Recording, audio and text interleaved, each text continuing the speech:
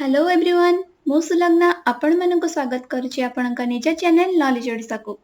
So friends class start करबा पूर्व मु आपण मानक गोटे रिक्वेस्ट करबी जदि आपण माने चैनल ले नुआ अछंती ताहाले चैनल टी को सब्सक्राइब करि नियंतु, वीडियो भल लागिले लाइक और शेयर करंतु एवं आपण चाहिले हमर टेलीग्राम चैनल किबा फेसबुक पेज रे मध्ये जॉइन होई परिबे जहार लिंक आपणक वीडियो रो डिस्क्रिप्शन बॉक्स रे मिलि जिवो। तबे क्लास स्टार्ट करिबा। प्रथम अध्याय द्वितीय पाठ रही भारत में असहयोग आंदोलन और ओडिशा रे एहार प्रभाव। प्रथम कौन छी ना भारत में असहयोग आंदोलन खिलाफत आंदोलन। प्रथम विश्व युद्ध रे तुर्की मित्र शक्ति विरोध में युद्ध करथिला। तमन जानिछ प्रथम विश्व युद्ध फर्स्ट वर्ल्ड वार रे तुर्की मित्र शक्ति विरोध में युद्ध करथिला। युद्ध समय रे तुर्की साम्राज्य को विभाजित कर दिया गला। जेतबे युद्ध होतला सेतबे कोन करा गला ना तुर्की को विभाजित कर दिया गला। तुर्की प्रति एतादृश व्यवहार भारत मुसलमान मानक व्यथित और क्रोधान्वित कला। तुर्की प्रति जो एपरी व्यवहार करा गला, तुर्की को जो विभाजित कर दिया गला, भारत रे जो मुसलमान रहउतले तांको एटा भल लागिलानी, तांको एटा व्यथित कर देला एवं ସେମାନେ रागी गले मध्य। तुर्की रा सुल्तान थिले मुसलमान को धर्मगुरु बा खलीफा। ताले तुर्की रा सुल्तान सेतबेले किए थिले ना मुसलमान मानकर धर्मगुरु बा खलीफा थिले। तेणु से माने सुल्तान को समर्थन जणाई तांकर क्षमता ह्रास विरोध में दुई अली भ्राता शौकत अली और मोहम्मद अली नेतृत्व में खिलाफत आंदोलन आरंभ कले। तेणु से माने कौन कले ना सुल्तान को समर्थन जणाई तांको क्षमता ह्रास विरोध में गोटे आंदोलन कले। सेथिरे नेतृत्व को किए नौथिले ना दुई अली भ्राता नेतृत्व नौथिले। से दुई अली भ्राता किए थिले शौकत अली और मोहम्मद अली। यही आंदोलन को खिलाफत आंदोलन कहा जाउतला। कौन पे खिलाफत आंदोलन कहा जाउतला ना खलीफा को समर्थन करी ए आंदोलन हेउथिबारु याको खिलाफत आंदोलन कहा जाउतला। ताहले मुसलमान मानक धर्मगुरु बा खलीफा को समर्थन करी ए आंदोलन हेउथिबारु याको खिलाफत आंदोलन कहा जाउतला। आंदोलन परिचालना करने पर एक खिलाफत कमिटी गठन करागला। एथिरे दुई अली भ्रातांक व्यतीत मौलाना अबुल कलाम आजाद, हकीम हजमल खान, हसरत मोहानी सदस्य रहिले। ताहले ए खिलाफत आंदोलन को परिचालना करने पर गोटे खिलाफत कमिटी गठन करागला जो थे दुई अली भ्रातांक व्यतीत आउ को माने थिले ना मौलाना अबुल कलाम आजाद, हकीम हजमल खान और हसरत मोहानी सदस्य रहिथिले। तुमे मैंने जानिछ कि मौलाना अबुल कलाम आजाद का मूल नाम कौन थिला ना मोहिउद्दीन अहमद। ताहले मौलाना अबुल कलाम आजाद का मूल नाम कौन थिला जदि एग्जाम रे शॉर्ट क्वेश्चन पड़े तो माने कौन लिखिबो ना मोहिउद्दीन अहमद। से जने नेतृस्थानीय स्वाधीनता संग्रामी, भारतीय संविधान प्रणयन सभार सदस्य और स्वाधीन भारत प्रथम शिक्षा मंत्री थिले एवं इंडिया विन्स फ्रीडम नामक एक पुस्तक लिखिथिले। ताहले स्वाधीन भारत प्रथम शिक्षा मंत्री किए थिले ना मौलाना अबुल कलाम आजाद बा मोहिउद्दीन अहमद। से केउ पुस्तक लिखिथिले इंडिया विन्स फ्रीडम नामक एक पुस्तक से लिखिथिले। 1992 रे तांको मरणोत्तर भारत रत्न सम्मान रे भूषित करा जायतिला। ताहले मौलाना अबुल कलाम आजाद को केबे भारत रत्न सम्मान मिलिथिला ना 1992 मसिया रे मरणोत्तर भाबे मरि जायतिबा परे तांको भारत रत्न सम्मान मिलिथिला।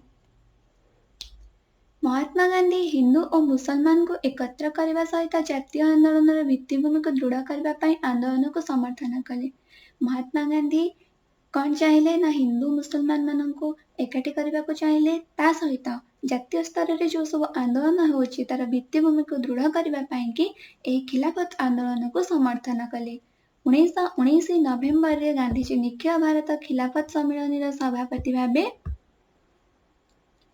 निर्वाचित हेले। ताहले गांधीजी 19 जो खिलाफत आंदोलन को समर्थन कले तार उद्देश्य कौन थिला ना हिंदू मुसलमान मान को एकत्र करबा एवं जातीय आंदोलन को समर्थन करबा, जातीय आंदोलन भित्तिभूमि को दृढ़ करबा।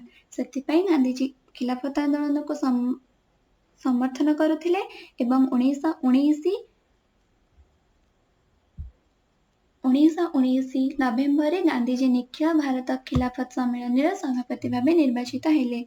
तुर्कीर सुल्तान का अधीन यथेष्ट अंचल विशेषकर मुसलमान मान पवित्र स्थान गुड़िक न रखिले सरकार को वर्जन करने और असहयोग करने सम्मेलन निष्पत्ति निगला।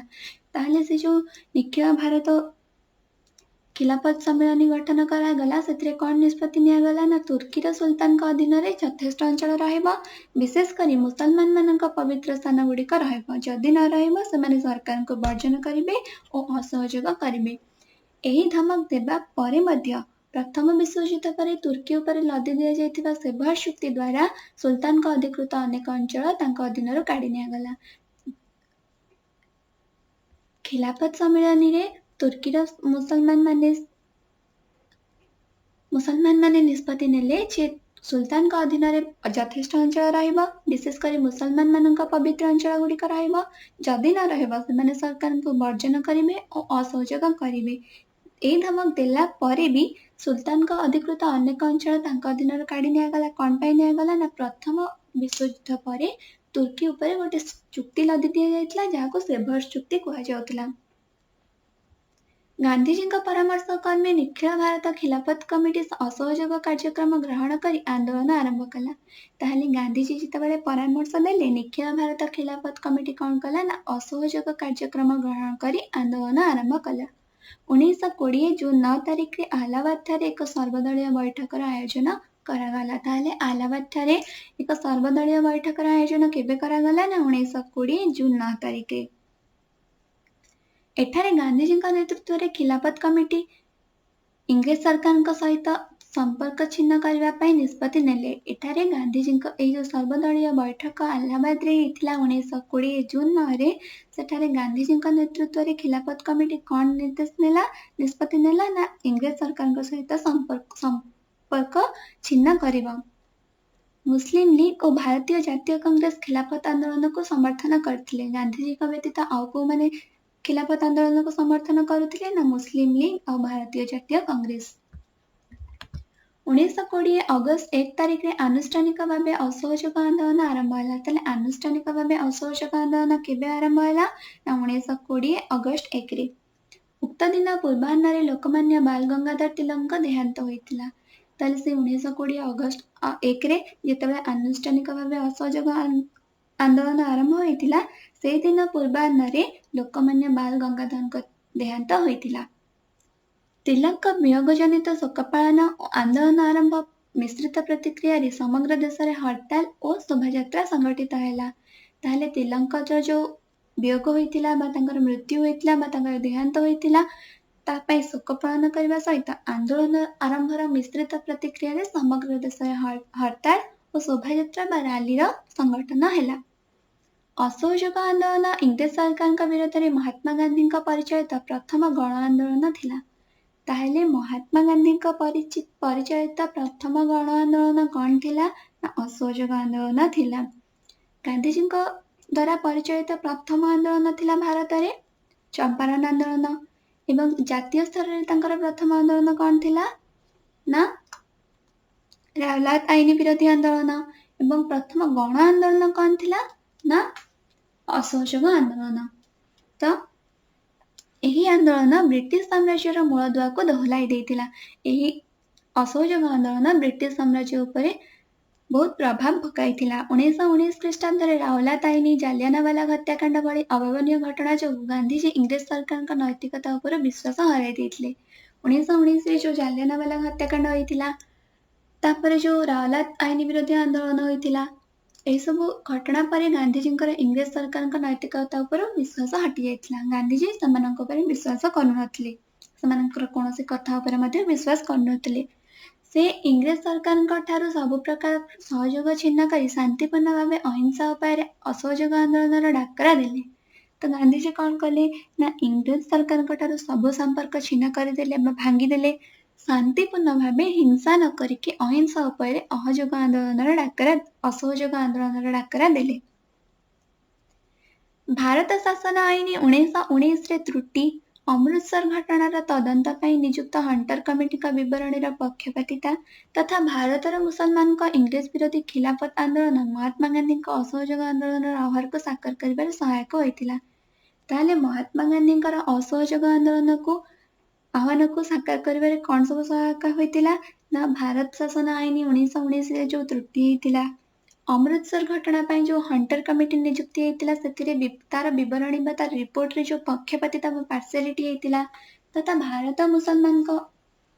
ଭାରତର ମୁସଲମାନଙ୍କ ଇଂରେଜ ବିରୋଧୀ ଖିଲାଫତ ଆନ୍ଦୋଳନ।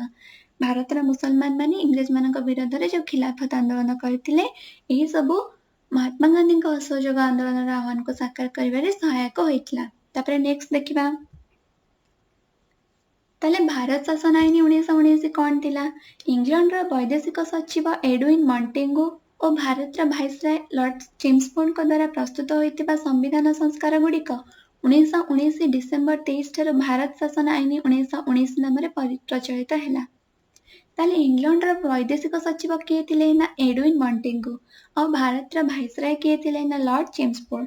ସେମାନଙ୍କ ଦ୍ୱାରା ଯୋଉ ସମ୍ବିଧାନ ସଂସ୍କାର ଗୁଡ଼ିକ ହେଇଥିଲା, ସେଇଟା 1919 ଡିସେମ୍ବର 23 ଠାରୁ ଭାରତ ଶାସନ ଆଇନ 1919 ନାମରେ ପ୍ରଚଳିତ ହେଲା।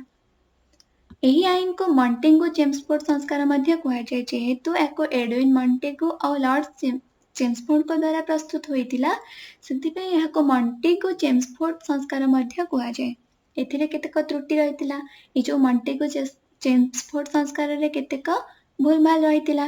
ପ୍ରଥମତଃ ଭାଇସରୟ ଓ ତାଙ୍କ କାର୍ଯ୍ୟକାରୀ ପରିଷଦ ଭାରତୀୟ ସଂସଦ ପରିବର୍ତ୍ତେ ବ୍ରିଟିଶ ମନ୍ତ୍ରିମଣ୍ଡଳ ନିକଟରେ ଉତ୍ତରଦାୟୀ ରହିଲେ। ଫାଷ୍ଟ କଣ ହେଲା ନା, ଭାଇସରୟ ଆଉ ତାଙ୍କ କାର୍ଯ୍ୟକାରୀ ପରିଷଦ ବା ତାଙ୍କ ଦଳ ଭାରତୀୟ ସଂସଦ ପାଖରେ ଉତ୍ତରଦାୟୀ ରହିବା ପରିବର୍ତ୍ତେ ବ୍ରିଟିଶ ମନ୍ତ୍ରିମଣ୍ଡଳ ନିକଟରେ ଉତ୍ତରଦାୟୀ ରହିଲେ। ଦ୍ୱିତୀୟତଃ ପ୍ରାଦେଶିକ ସ୍ତରରେ ଦ୍ୱୈତ ଶାସନ କ୍ଷମତା ବ୍ୟବସ୍ଥା ଅନୁଯାୟୀ ରାଜ୍ୟପାଳଙ୍କ ଅଧୀନରେ ରଖାଯାଇଥିବା ବିଭାଗ ଗୁଡ଼ିକ ଠାରୁ ଅପେକ୍ଷାକୃତ କମ୍ ଗୁରୁତ୍ୱପୂର୍ଣ୍ଣ ବିଭାଗ ମନ୍ତ୍ରିମଣ୍ଡଳ ଅଧୀନରେ ରହିଲା। ସେକେଣ୍ଡରେ କଣ ହେଇଥିଲା ନା, ପ୍ରାଦେଶିକ ସ୍ତରରେ ଦ୍ୱୈତ ଶାସନ କ୍ଷମତା ବ୍ୟବସ୍ଥା ଅନୁଯାୟୀ ପ୍ରାଦେଶିକ ସ୍ତରରେ ଯୋଉ ଦ୍ୱୈତ ଶାସନ କ୍ଷମତା ବ୍ୟବସ୍ଥା ଥିଲା, ତା ଅନୁସାରେ ରାଜ୍ୟପାଳଙ୍କ ଅଧୀନରେ ରାଜ୍ୟପାଳଙ୍କ ଅଧୀନରେ ଯୋଉ ସବୁ ବିଭାଗ ଗୁଡ଼ିକ ରହିଥିଲା, ତାଠାରୁ ଅପେକ୍ଷାକୃତ କମ୍ ବିଭାଗ ମନ୍ତ୍ରିମଣ୍ଡଳ ଅଧୀନରେ ରହିଥିଲା। ତୃତୀୟତଃ କେନ୍ଦ୍ରୀୟ ଓ ପ୍ରାଦେଶିକ ବ୍ୟବସ୍ଥାପକ ସଭାର ସଭ୍ୟମାନଙ୍କର ପୂର୍ବରୁ ଥିବା ମୁସଲମାନ ସମ୍ପ୍ରଦାୟ ବ୍ୟତୀତ ଶିଖ ଓ ଖ୍ରୀଷ୍ଟିଆନ ସମ୍ପ୍ରଦାୟ ଭିତ୍ତିକ ନିର୍ବାଚନ ମଣ୍ଡଳୀ ଗଠିତ ହୋଇଥିଲା। ଥାର୍ଡରେ କଣ ହେଇଥିଲା ନା, କେନ୍ଦ୍ରୀୟ ଓ ପ୍ରାଦେଶିକ ବ୍ୟବସ୍ଥାପକ ସଭାର ସଭ୍ୟମାନଙ୍କ ପୂର୍ବରୁ ଥିବା ମୁସଲମାନ ସମ୍ପ୍ରଦାୟ ବ୍ୟତୀତ ଶିଖ ଆଉ ଖ୍ରୀଷ୍ଟିଆନ ସାମ୍ପ୍ରଦାୟିକ ନିର୍ବାଚନ ମଣ୍ଡଳୀ ମଧ୍ୟ ଗଠିତ ହୋଇଥିଲା। ଏବଂ ଚତୁର୍ଥତଃ ଭୋଟଦାନ ଅଧିକାରକୁ ଅଧିକ ସଂକୁଚିତ କରାଗଲା।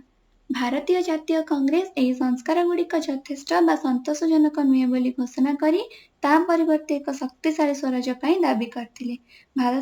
ଭାରତୀୟ ଜାତୀୟ କଂଗ୍ରେସ କଣ ଦାବି କରିଥିଲା ନା, ଏଇ ଯୋଉ ସବୁ ସଂସ୍କାର ଗୁଡ଼ିକ ଯଥେଷ୍ଟ ବା ସନ୍ତୋଷଜନକ ନୁହେଁ, ତା ପରିବର୍ତ୍ତେ ଏକ ଶକ୍ତିଶାଳୀ ସ୍ୱରାଜ ଗଠନ କରିବା ପାଇଁ ଭାରତୀୟ ଜାତୀୟ କଂଗ୍ରେସ ଦାବି କରିଥିଲା। ତାହେଲେ ଦେଖିବା ହଣ୍ଟର କମିଟି ରିପୋର୍ଟ କଣ?